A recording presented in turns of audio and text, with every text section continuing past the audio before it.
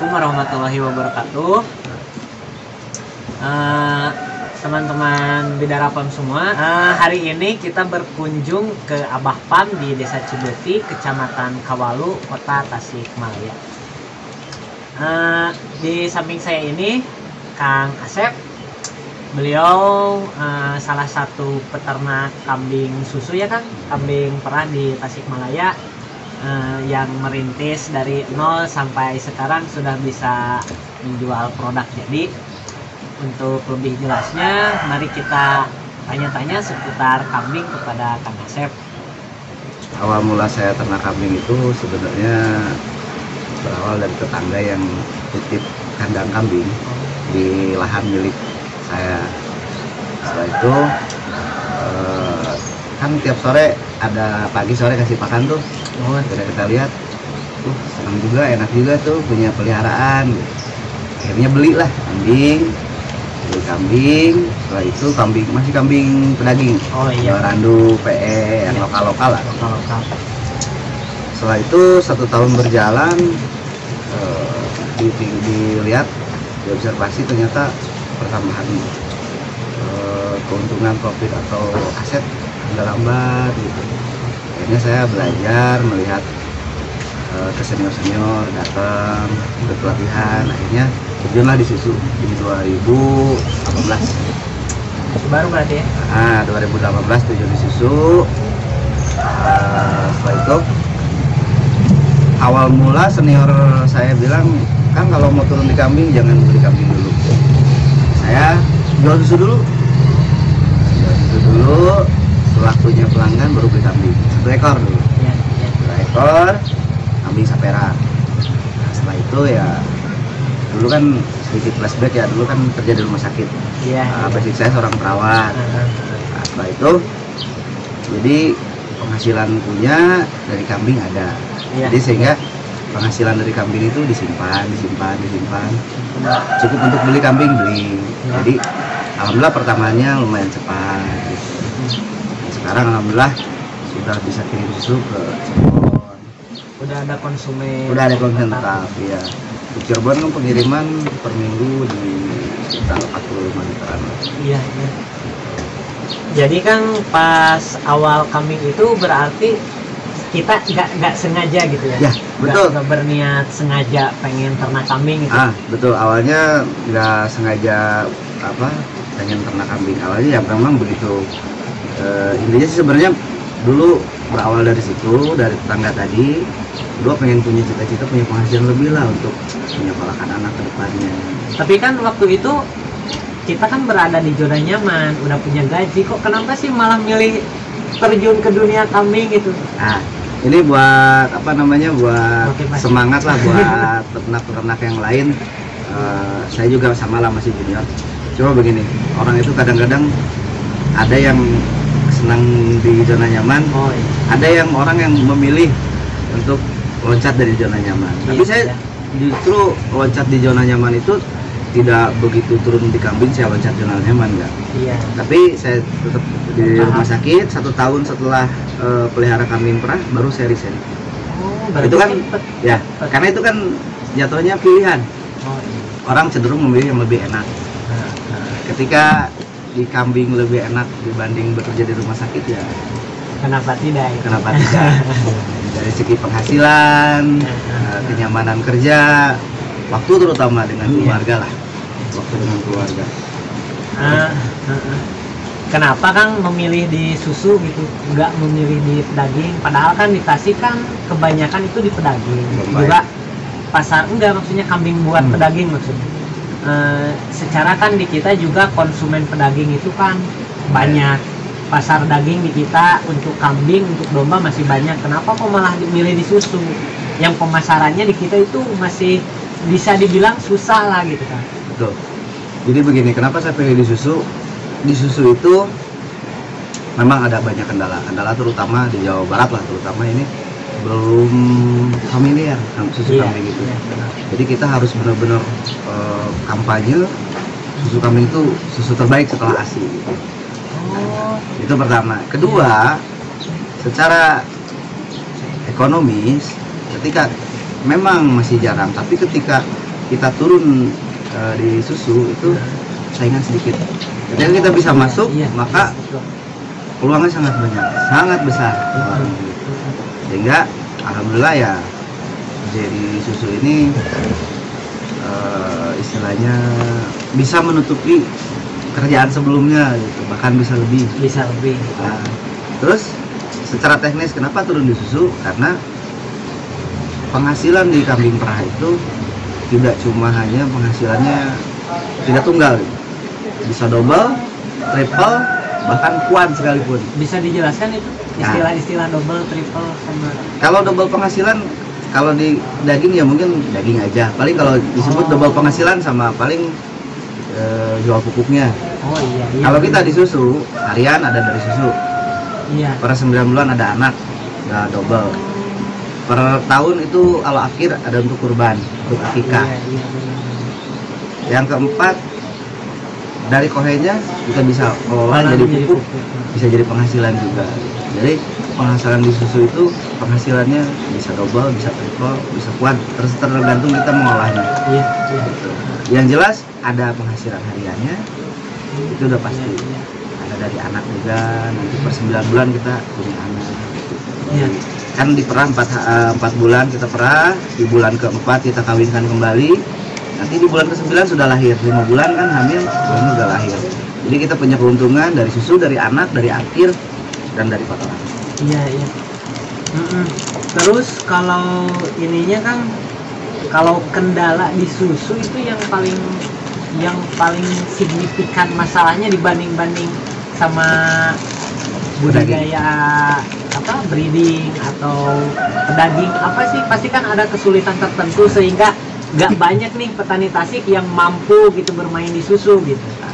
Kesulitan di kambing perah itu terutama yang paling sulit itu kalau kita mau main di kambing perah itu pertama pemasaran. Itu sangat sulit karena belum terbiasa. Tapi kembali tadi kalau sudah terbuka peluang, insya Allah.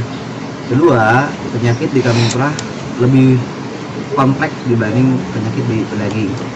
Misalnya mastitis, yang peradangan di payudara. Kan lumayan itu agak sulit juga, itu salah satunya. Jadi kebersihan kandang harus teratur. Kalau misalnya di kambing-kambing biasa dibersihkan kandangnya 1 hari sekali atau 2 hari sekali atau seminggu sekali, kita membersihkan kandang itu sehari 2 kali. Pagi sore itu sebelum diperah kandang harus dibersihkan, disapu supaya menghasilkan susu yang bagus juga, perawatannya supaya kambingnya sehat. Iya. Bener. Setelah kita lihat-lihat dari produk ini kan tentu kita pas awal pemasarannya juga sulit ya Kang ya. Betul. Bisa diceritakan sedikit mungkin gimana dari awal sampai punya langganan susu tuh seperti apa? Ya kembali lagi dulu saya sama senior saya, sama mentor saya disuruh jualan dulu sebelum punya kambing. Saya jualan ya secara online biasa di media sosial. Setelah punya pelanggan seperti saya juga di tempat kerja juga alhamdulillah dokter-dokter teman-teman sejawat perawat banyak yang pesan, ada pasien-pasien juga. Akhirnya setelah itu saya produksi sendiri, beli kambingnya, udah berjalan. Setelah berjalan saya lebih memperbanyak reseller. Karena kalau kita sendiri untuk cari end user itu memang keuntungan lebih besar. Cuman waktu mungkin ya. Pertama, jangkauan kita akan sedikit. Kalau kita punya reseller, kita menjual lebih murah ke reseller, tapi perputarannya cepat. Contoh misalnya saya punya 3 reseller misalnya, ada 3 reseller. Kalau jangkauan kita cuma mampu mencari end user 10 orang, dan mereka 10 orang, kalau kita punya 3 reseller berarti udah 30 yang terjangkau. Jadi jangkauannya lumayan. Tapi kan saya pemasaran yang utama paling banyak Cirebon. Cirebon sana ada 2 reseller kan. Berarti untuk Tasik sendiri masih? Tasik sebenarnya belum terkelola secara secara betul, karena ya itu tadi alhamdulillah saya belum punya kambing mewah. Maksudnya? Misalnya seperti betina Sanen saya belum punya, hanya baru jantan Sanen saja. Saya belum punya kambing mewah, tapi alhamdulillah Allah selalu memberikan nikmat sama saya. Ketika malam minggu itu stok susu habis, itu yang paling nikmat. Jadi ketika malam minggu itu saya kirim Cirebon, kirim mana habis, tidak ada stok susu. Jadi berarti 1 minggu sekali. Nah, Cirebon per minggu. Kalau yang Tasik ada yang tiap hari. Tapi langkah sudah adakah langkah untuk gimana nih supaya Tasik itu benar-benar mengenal susu kambing, supaya kita punya konsumen tetap di Tasik? Apakah udah mulai menuju langkah ke sana, Kang, atau masih gimana? Untuk Tasik sendiri gitu. Untuk Tasik sendiri kebetulan saya baru menggagas komunitas ternak ya. Iya. Ternak. Jadi alhamdulillah udah ada beberapa rekan yang turun di kambing perah. Iya. Yang ikut. Nah, itu salah satu promonya di sana. Sama ya kita tetap edukasi mungkin lewat media sosial bahwa manfaat kambing, susu kambing itu apa, khasiatnya seperti apa. Nanti kita gencar untuk mempromosikan khasiat dari susu kambing. Dan alhamdulillah ketika orang sudah tahu khasiatnya, ya lebih dicari. Akhir-akhir ini kan yang pandemi juga kan berefek kan ke pola konsumsi masyarakat itu juga berubah gitu kan. Sampai kan ada yang bilang bahwa susu kambing itu salah satu yang bisa meningkatkan sistem imun tubuh gitu. Mungkin bisa dijelaskan sedikit tentang khasiat dari susu ini gitu. Betul sekali, Kang. Jadi ketika pandemi kemarin saya kebetulan salah satu peternak yang mungkin harus banyak bersyukur ya. Karena waktu itu di masa orang penghasilannya tidak menentu, saya sebagai peternak kambing perah malah lebih meningkat penghasilannya. Karena ya itu tadi, susu kambing itu diburu karena memang hasilnya dia baik untuk imun, istilahnya imun booster. Ya, saya di masa pandemi kemarin alhamdulillah itu ketika mungkin sekarang itu kita punya stok di freezer, ketika pandemi itu saya tidak pernah punya stok. Setiap perah habis seperti itu. Langsung konsumen lokal gitu ya? Konsumen lokal, malah Cirebon saya kurang terpasok karena waktu itu sangat diburu kan. Dan memang itu fenomena ya kemarin waktu pandemi itu, jadi harga kambing perah itu jadi tinggi karena susunya laku. Kan tadi juga seperti kita lihat di kandang ada beberapa jenis kambing, yang terutama yang itu yang Sanen yang jantan ya. Mungkin bisa dijelaskan dari kelebihan jenis-jenis kambing yang ada di kandang Akang di sini. Alhamdulillah di kandang saya itu ada beberapa jenis ya. Ada Sanen, ada Sapera, Perangkat Kanetawa, dan Jawa Randu. Ada kelebihan, kalau di Sanen itu kelebihannya dia kuantitas susunya banyak. Sanen itu kuantitas susunya banyak. Jadi kalau Sanen itu memang dia kambing penghasil susu gitu. Jadi ada beberapa jenis. Pertama Sanen di sini, Sapera, Perangkat Kanetawa, dan Jawa Randu. Kalau Sapera itu dia persilangan antara Sanen dengan Perangkat Kanetawa. Supaya kenapa disilangkan? Supaya daya tahan tubuh dia lebih kuat di sini, karena Sanen itu kan aslinya dari Swiss. Ya, dari Swiss. Tapi Indonesia itu impor dari Australia. Karena yang dekat di Australia sudah dikembangkan. Iya. Ini untuk olahan susunya, kan mungkin ada beberapa yang sudah ada beberapa varian gitu ya diolah. Kebetulan sebenarnya kami di sini ada, ini kan masih original ya. Iya. Original, karena ada varian rasa melon, strawberry, sama mocha.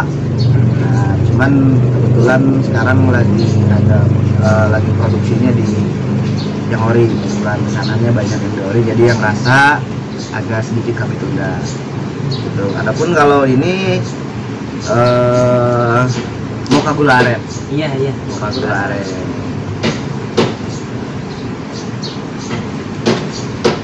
Oke, mungkin dari pemaparan tadi, mungkin sekarang harapan Kang Asep ke depannya mungkin di kambing perah terus di susunya itu seperti apa kan? Harapan saya sebenarnya di kambing perah itu pertama peternak muncul peternak muda kambing perah, itu yang saya harapkan. Semakin banyak peternak, semakin mudah kita memasarkan, bahkan ketika memenuhi kekurangan itu semakin mudah. Dan juga harapan saya bisa diperhatikan di pemerintah, dalam artian ada promo dari pemerintah, ada perhatian dari pemerintah, dan ada istilahnya campur tangan pemerintah supaya peternak itu tidak hanya di kambing perah sebenarnya.